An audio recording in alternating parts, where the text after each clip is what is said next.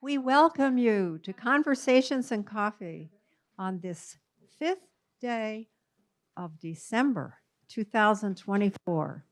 Amazing. Mm. I'm Ellen O'Shaughnessy, coordinator of the program. It's wonderful to have with us instructor Christine Cooper Hill as we welcome this holiday season of beauty and gift giving with her student artists, Franco Ruffini and Talcon Quinn.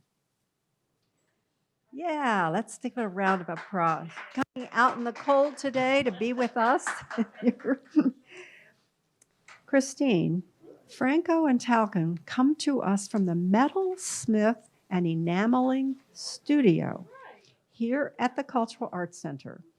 They create jewelry and sculpture and will share with us the story of how this creation of beauty comes to be.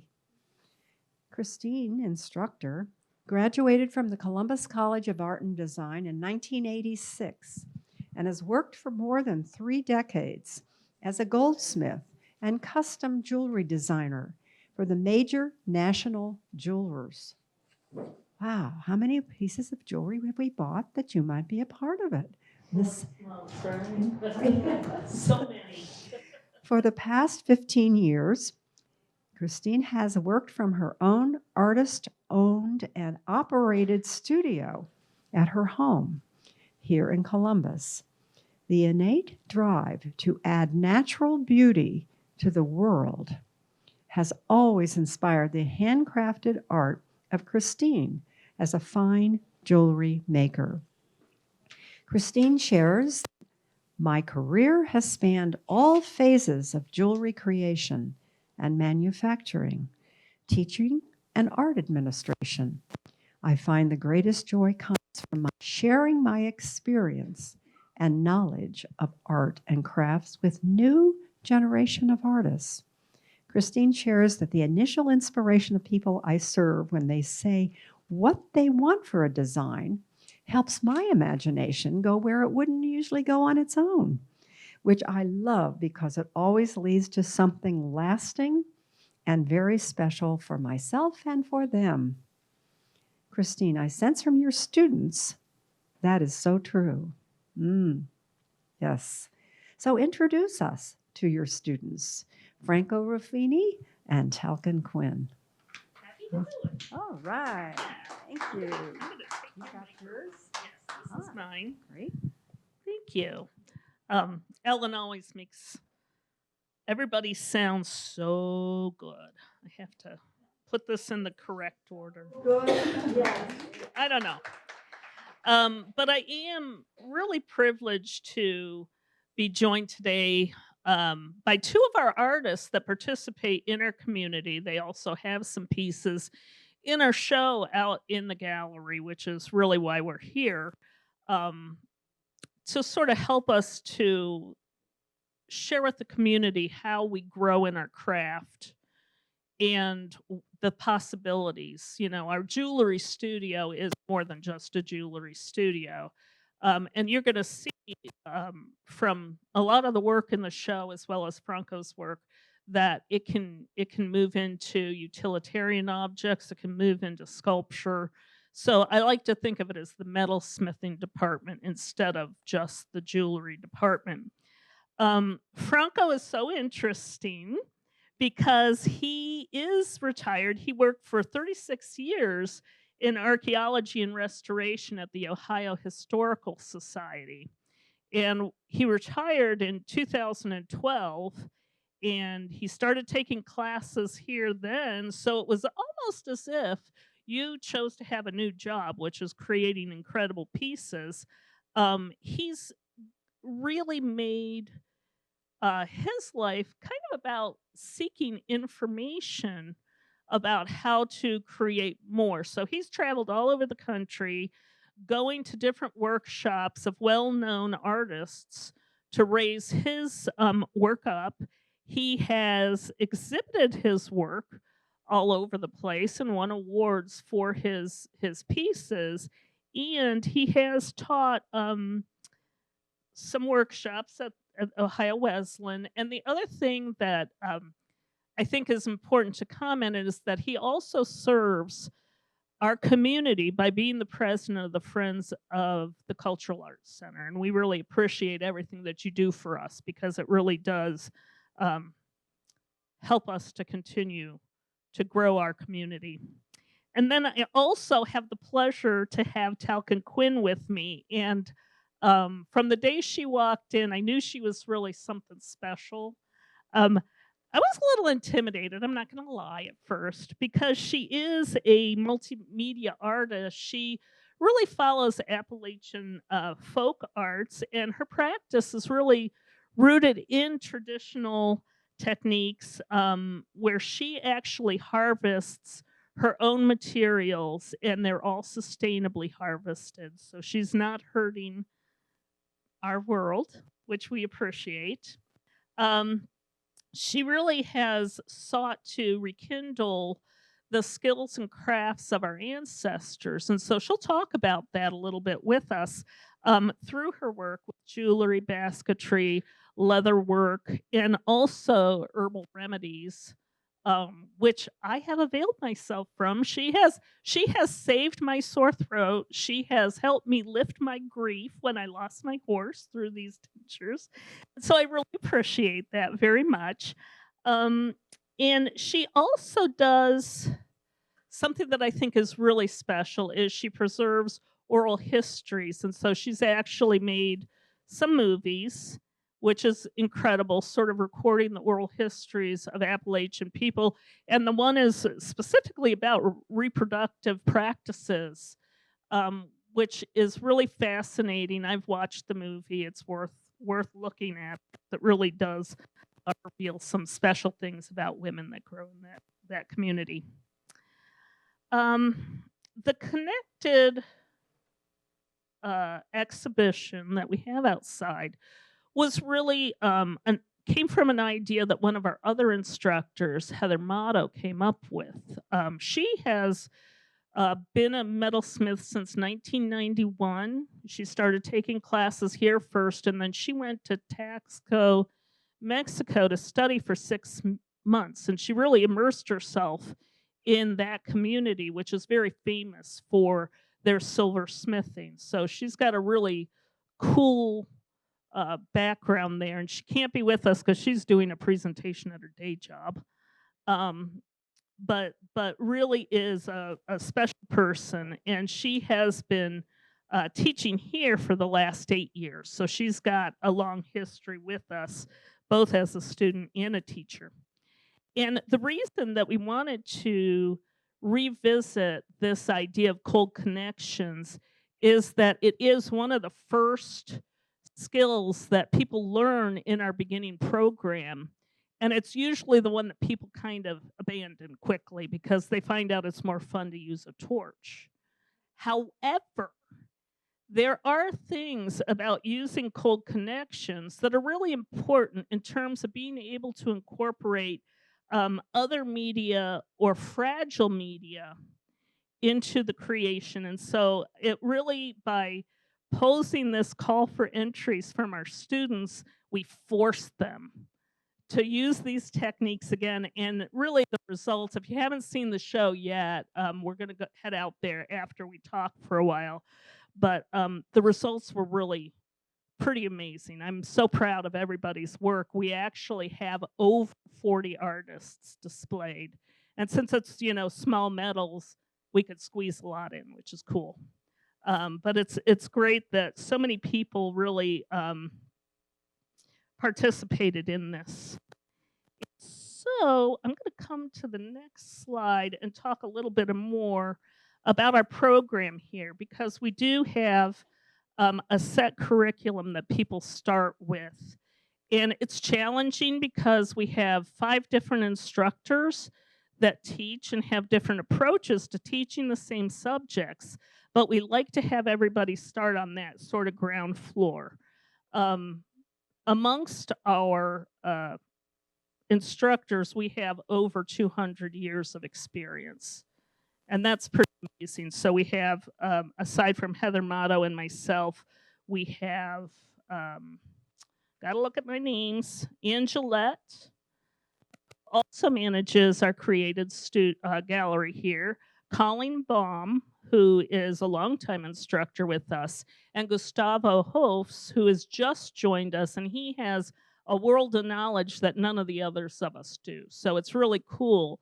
And I do recommend people to sort of try out different instructors and find out where there might be holes in one instructor's experience so you can have the fullest experience. Additionally, in the show, we include our enameling um, department because our enameling instructors are also metals people. And oftentimes, using cold connections really comes into play because of the fragility of our glass enamel process. And so Jen McCracken, Karana Spurgeon, and Joyce Dorn all work in the jewelry studio. So you'll see works from them and some of their students out there as well.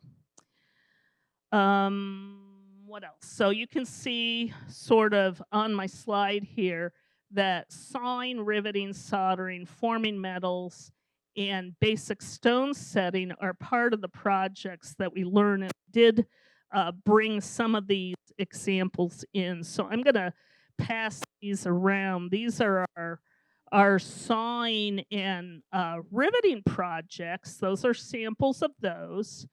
And so people will work through that process. And Are they rings? I'm going to hand the rings around next. So these are actually keychains, which is cool. And then here are, the types of rings that our beginning students are creating. And it teaches different skills in each sort of version. And then our last projects include setting stones. I'm going to have these kind of come around as well. So you can see what our beginning students do, and that will also give you an idea of how far people come from these very first projects to where they end up working out in the gallery, and also the kind of work that our friends are doing here. So let's see if we can get another slide. As Ellen said, I have worked in the fine jewelry business for many, many, many years. And that means that I was primarily working in gold and platinum with diamonds and gems, and really working with customers to craft things to fit their tastes. And so developing my own business allowed me to go a little deeper into the metalsmithing craft and use some other materials. And so these are some examples of pieces that I've made since I left the sort of fine jewelry industry. I have a bolo tie that I made for a gentleman with a large piece of turquoise, and it does have some gold inlay around the silver. The piece in the center was actually made from square wire, and it's just a twisted pattern, but it really sort of answered a question that this customer, who had come into meeting her long lost love, so we called it the Long and Winding Road, and that was a gift that she made for him. And then I created this last piece, and that's the front and the back of it. And it's based on a lily of the valley motif, which I love the symbolism. It is the return of happiness. And so I created that during the pandemic, and we all needed a little bit of happiness, and a nice lady from Canada bought that off my Etsy site. So that was like a big thrill. Currently, I am also kind of acting not just as an instructor, but a student. And one of the reasons that I specifically wanted Franco to come is because the work that he does is kind of the type of direction that I'm wanting to go. And so he's a pretty generous human being, and even though he's in my class, I'm learning more from him than he's learning from me at this point, but he's an awesome person to have in our community, and he really does share a lot of information. So I'm going to let him start talking about his work. Um, and after this slide, I have your process slide. So when you start talking about process, I'll pull that up. Okay? All right. Well, thank you all for being here. And I'd say a little bit about the classes that I've taken here. As Christine mentioned, I started taking classes here about 12 years ago. I'd retired from the Ohio Historical Society. And in my work at the Historical Society, I was exposed to a lot of different artifacts, many of them from Native American cultures, but from other places as well. So I think I gained an appreciation for design and a variety of different artifact types. So that influenced my work. And then I've always been interested in the arts and crafts period here in the United States and in England. And that work was exemplified by using basic materials. For example, copper was a material used rather than silver or gold, more basic things that everyone could work and have in their home. So I was inspired by some of the designs from that period. And that's what led me to the to the Cultural Arts Center, because I went to an antique show and an instructor had a display of her work at that show. And they were objects similar to the things that I am now making. And I inquired about how does one learn to do this and take a class. So I ended up taking a class here. And I was fortunate. There's a basic set of instructions that Christine talked about, riveting, sawing, etc. I was interested in doing none of those things. I wanted to raise vessels. And so my instructor was really kind enough to sort of spend a little bit of time with me to get me started and kind of let me go off on my own. And it wasn't until I think the fourth class that I took here that I learned how to rivet, solder, etc. So I found the program here to be very flexible and supportive, and I much appreciated that. But at any rate, some of my work that you can see here, two of these items are on display. This one, the bolo tie and the lamp, they are on display out in the gallery here. The other two items, I've started a series of reliquaries for animals that are threatened by human beings. And this one is a reliquary for the honeybee, and this one is a reliquary for the American toad. A reliquary, and it's, yes? I'm sorry to interrupt you, but what do you mean by American toad? There's a skeleton, if you look here closely, that's an actual skeleton of a toad sitting on that ginkgo leaf. Or something. I'm sorry? I thought that was like a American dye. Oh, no. Okay, nice. Yeah, okay. And then this one, it has actual bee wings as part of the reliquary. And a reliquary, to answer your question, is something used to commemorate, typically it was used to commemorate in the Roman Catholic Church, saints. And so there would be a bone of a saint inside of a special place. And I decided to put remnants of animals into a special place. So these are some examples of that work. If I may, I'm just going to walk over here and I'll pass these around. These are some pieces that I've put together that are more utilitarian and also fit in with the theme of the show, which is Cold Connections. This piece is actually made out of two pieces of metal. The interior is pewter and the exterior is copper, and these were raised, and I'll explain what that is in a moment here, but I'll pass these around, and they're actually joined with rivets, and the rivets become decorative elements as part of the piece. So I'll pass that around. And another one here that employs rivets. This is just a little canister, and I did what's called fold forming. I folded the metal, hammered it, opened it back up, folded it again, hammered it, opened it back up, and created a sheet which I then turned into a cylinder and riveted together. I did solder the bottom on, but the rest of it is all connected via rivets, and the rivets form a decorative element as well of the piece. Pass it around. Two more here. This one has many, many rivets. I think there are about 39 rivets in this. This used to be a flat sheet of copper and a flat sheet of pewter, and I did what's called raise these pieces, and then I riveted these decorative elements onto them, as well as riveted a decorative element onto the lid of the piece. So these will come apart, so I'll pass them around, but try not to drop it. Thank you. There is some soldering. I soldered the handle on.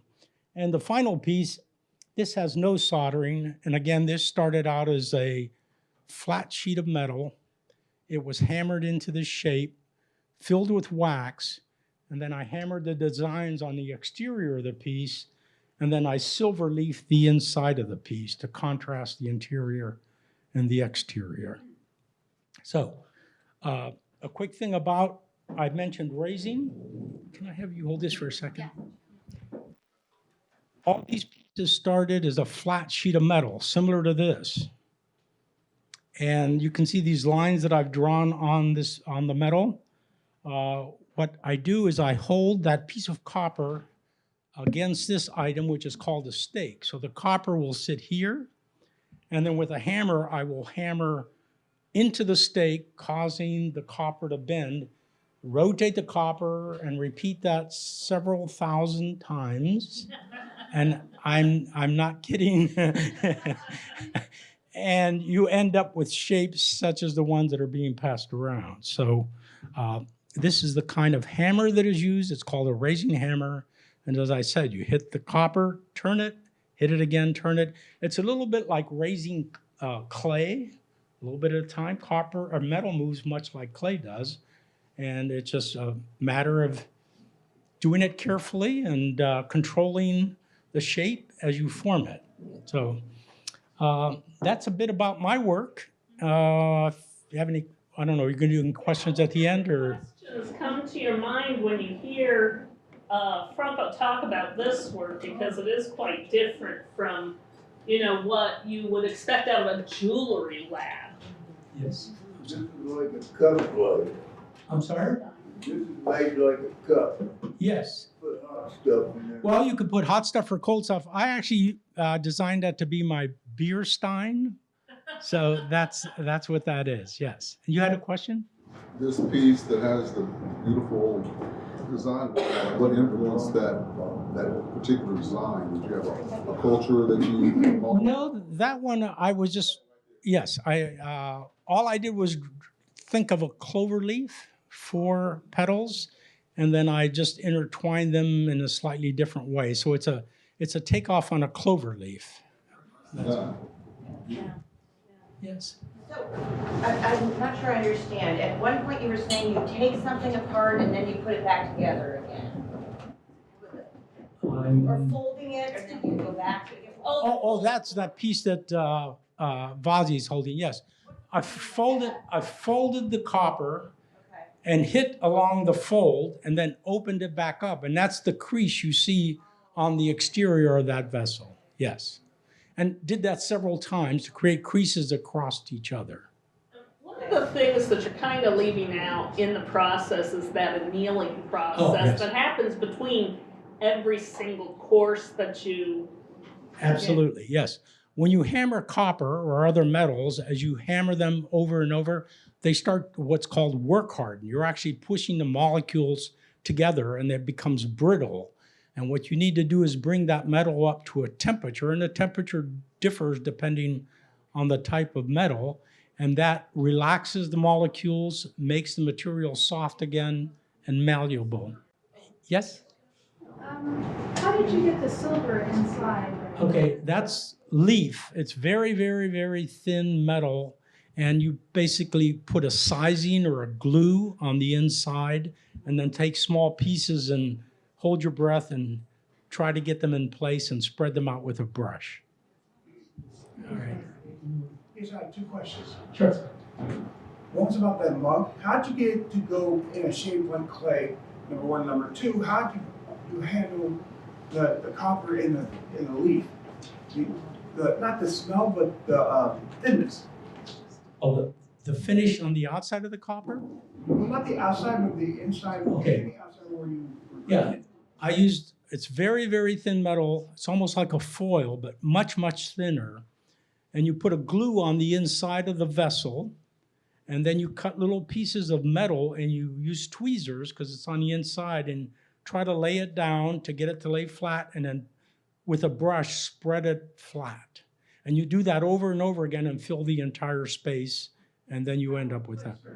Pardon? Is it kind of like clay, or is it only different material, or? No. It's very, very thin metal. Think of aluminum foil, like a sheet of aluminum foil, but much, much thinner. I think where he's getting confused is you said something about when you hammer. Yeah, when you hammer, right. Okay, I'm sorry. Metal moves much like clay. So when you hit it, it will spread out. If you took a piece of clay and you hit it with a hammer, it would spread. And using different shapes of hammers against different shapes of stakes, you can make the metal move in the direction you want it to move. Okay? All So right. your mug with the With the head on it? Yeah, the head on it. Did you build the head, or was it a piece? No, that head was done the same way as the whole thing. It would start out as a flat sheet of copper, about 5 inches in diameter. I held it against that stake and hammered it and created the piece. And that's the same as the raven head in your bolo tie. That's in the exhibit. Yes, you'll see Pretty that. amazing. All right. The tool you have there, you call it a stake? Yes, that's a stake. Can I get you to hold this again, please? Okay. So what you would do is hold the metal like this and then hit right there, right at that point. Turn it, hit again, turn it, hit again. You do that all the way to the edge and you repeat it. And every time you do that, this piece of metal starts to turn, and you can create whatever shape you want by holding it at different angles. The slide here. The slide Yes. here Oh, I'm sorry. actually is that progression. Sure. So yeah. it's kind of neat to see. Sure. So here is that piece of metal or one like it. Started there. There's the stake. You hold this against that stake, hammer, and you start to push that metal into the shape you want. And you can see it's gone from flat to slightly curved. I put a flat bottom on it. And over here, it's now a vessel. And it's just a repetition of that process. On the metal plate or whatever, and the other hammering against Exactly. that. Okay. And annealing between each time that you do that. Yes. All right. Yeah. Awesome. Okay. So, as I say, he has made some kind of job out of becoming a master, and he truly is. So it's so much fun to see, and learn from Franco. And now for the fabulous multimedia artist, Talcon Quinn. Thanks, Christine. Yeah. Oh, let me get your slide. Movies that you. Oh, so there's 2 films that I've been a part of. They're very short. I don't know that I would call them movies. They're documentary films that are about 20 minutes, 30 minutes long. The first one I did is called Roots of Athens County, and you can find that on YouTube under my YouTube channel, Talcon Quinn. And that one's interviewing 3 different elders of my community in southeastern Ohio in Athens County about their experiences growing up. The second film that I was a part of last year is called Reclaiming. And that film can also be found on YouTube on United Plant Savers website. If you guys are familiar with United Plant Savers, they're a global organization, but they have a head base that started in Meigs County in Rutland, Ohio. That one is the one that focuses on reproductive and sexual health traditions of Appalachia, Ohio. So yeah, check those out. I hope you do. So as Christine said, I'm a multimedia Appalachian folk artist. The film piece came up because the way that I've learned to practice my art forms has been through mentorships, apprenticeships, and what I've found is in that experience of working with teachers and learning orally, you learn so many stories too. And I've started to realize that I have the privilege of being friends with elders in my community and knowing them, being familiar with their customs, and I've started to collaborate with filmmakers to start documenting this and preserving it for others. It's not something I ever thought I would do. So I grew up in Athens County. My dad's family has been documented living there since 1830. We have lots of threads too where it's relatives who are just always there. So I really feel like I'm from the mud and the earth of that county and that part of Ohio. I grew up with practitioners of various folk arts close to me, uncles who did cabinetry, relatives who built their own homes. My grandfather was an electrician, and I had a very cherished great aunt who caned chairs, did upholstery work, and a lot of various fiber arts.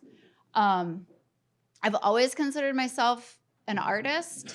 I haven't always considered myself Appalachian. That's something that I kind of realized. My dad would talk about it, and I just thought, I was like, I don't know why he always says that, but okay. And eventually I've realized that where I'm from is different than other parts of the country. And the fact that my family's been there for so long is really unique. And the mesh and web of various cultures that my family's from, that my community is from, is really important to me.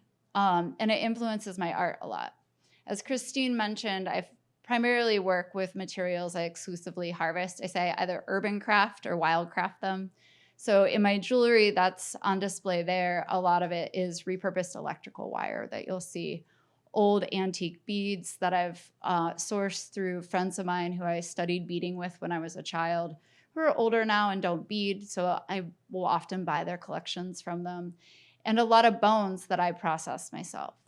So I grew up doing beadwork in a bead shop in Athens that still exists. And if you want to take a trip down to Athens, I suggest that you go there. It's a really magical spot. It's owned by a couple named Joe and Phil, and it's called Beads and Things. And I started going in there when I was 10 because I was trying to make jewelry at home and I kept breaking and it was driving my mother insane. So I went in, and I always say I went in and I never left.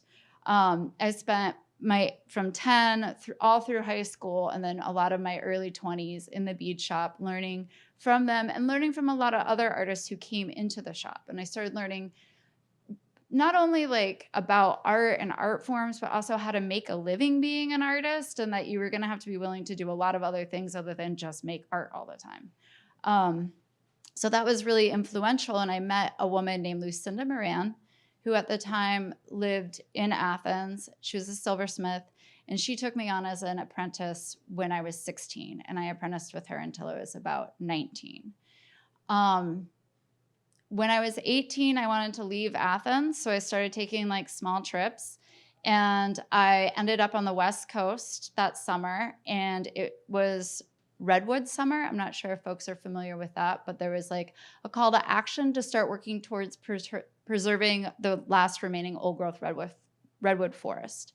I got very excited about this movement, came home, went back to the bead shop, worked with Lucinda, saved money, and then moved back out west to start working on being a part of helping end old growth logging on national forest. While I was doing that, I stopped doing jewelry. And I started really looking at how we here in this country live so interdependently with fossil fuels. And that really upset me. And I wanted to figure out another way to live.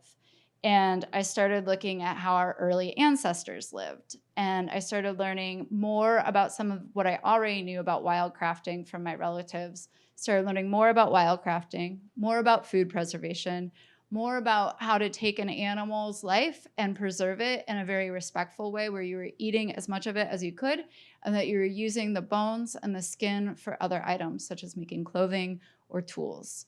Along this journey, I met Margaret Matthewson, who lives in Alsea, Oregon. She's an ethnobotanist. She's fascinating. She's amazing. And she's a very good basket weaver. So I started learning how to weave baskets from Margaret. And Margaret was the first person who ever told me that where I was from is a very special place. And she started showing me like examples of Appalachian basketry and how Appalachia has this fusion of all these different cultures coming together. And the basketry is one of the many folk arts that expresses this fusion of culture. So eventually I moved home. I moved home and I had also found myself with pockets full of bones and seeds and pieces of copper wire. And so I started making jewelry again. And when I moved home, I really started taking seriously passing on the knowledge that I had gained while I was traveling. So I started teaching classes on how to tan hides, using the organs of the animal and smoke to make a supple suede, and how to make baskets. And I started selling my jewelry at local shops and at pop-up shops around town, and starting to host events that celebrated other artists, encouraged them to also make art and sell art, and collecting stories. And I think it's been 2 years now. I think we're coming up on 2 years in January since I found the Cultural Arts Center here. I had been seeking a reconnection with my silversmithing practice because I had gotten away from it, right? I was like trying to figure out how to live without fossil fuels. I didn't want to have anything to do with the gemstone mining corporations. Like I wanted to go all organic, or as organic as I could. But I hit this point in my jewelry making where I kind of felt stunted, like I needed another push. There's a design over here on the board that I have, this hoop and the oval shape where something's dangling down in between it.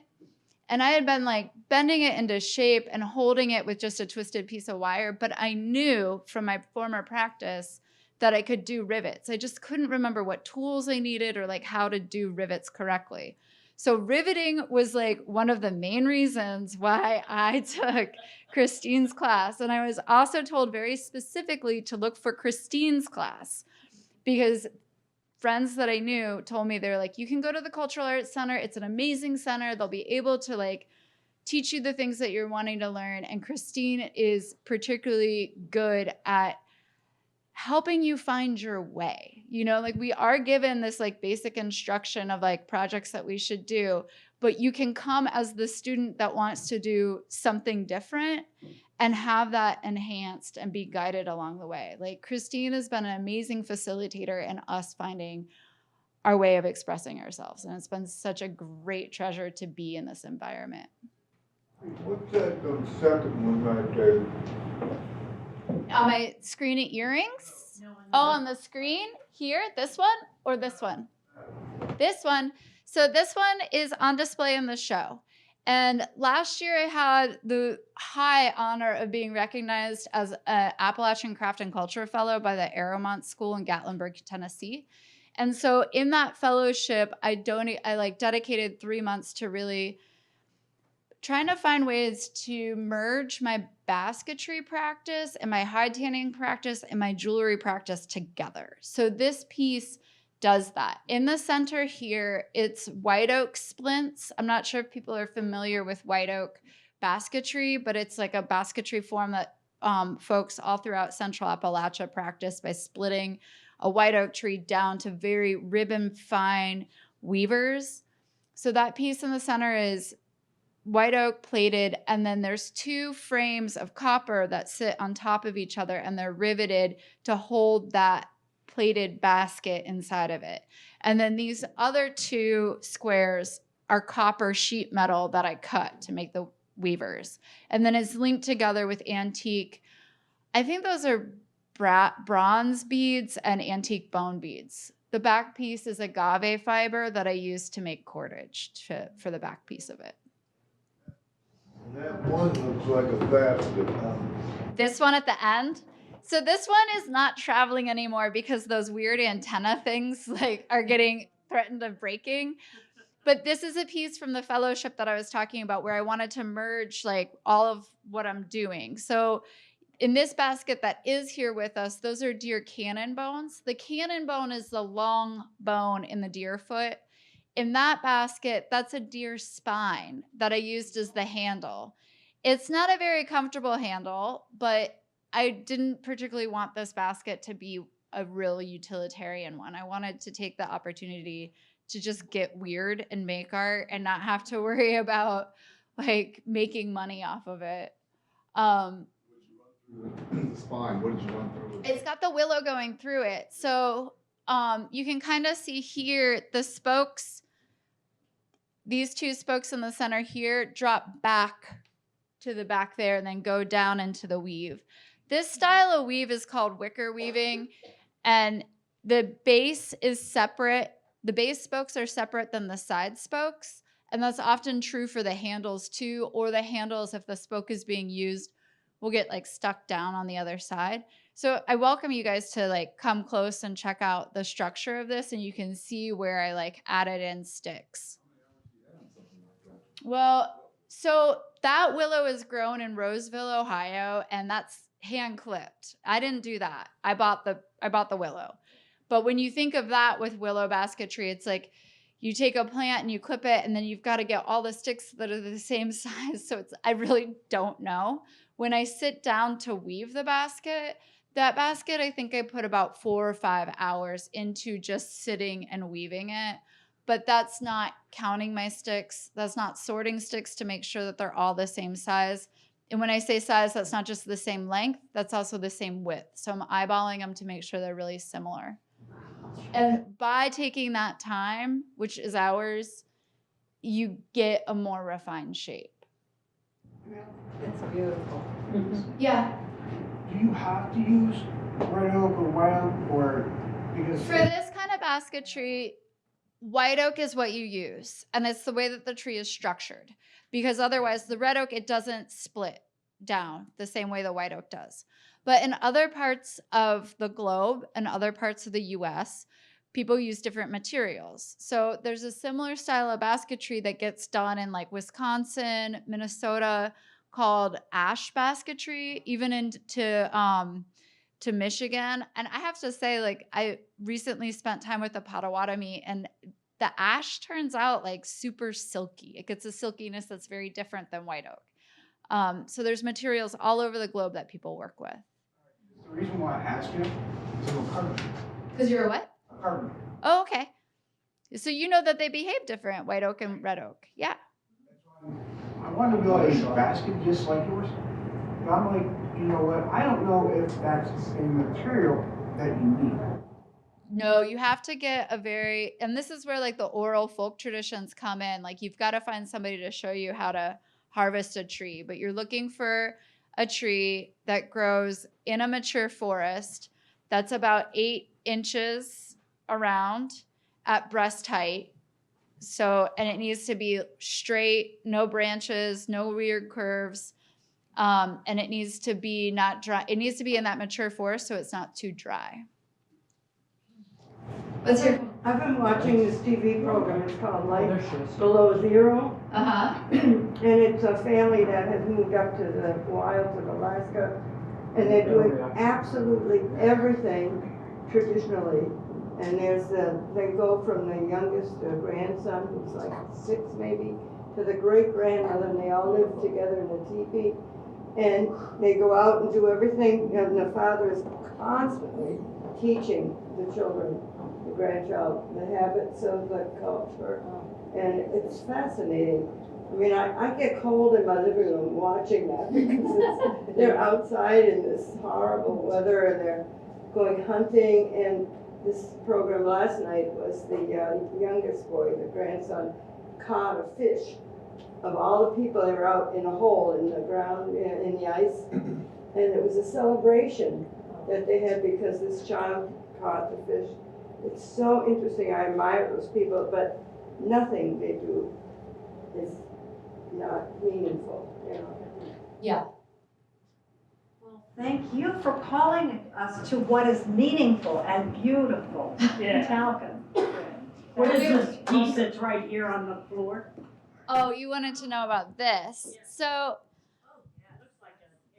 So this is humans' earliest container. We didn't make it as refined as this, but depending on where we were on the planet, we all around the same time period cut a piece of rectangular bark from a tree, peeled it off, and then carved through the outer bark down into the inner bark to make this eyeball or like football shape in the bottom of it, and folded it up. And these were like disposable containers for humans. For years, I mean, Franco, you probably have a better idea of the timeline, but this was our first container. Fast forward, McDonald's took the design and patented it. But from this, we started weaving baskets, and we wove baskets and wove baskets and wove baskets, and we cooked in baskets. And when we were cooking in baskets, somehow the light went off that clay could be pushed into a basket and then put into a fire and become hard.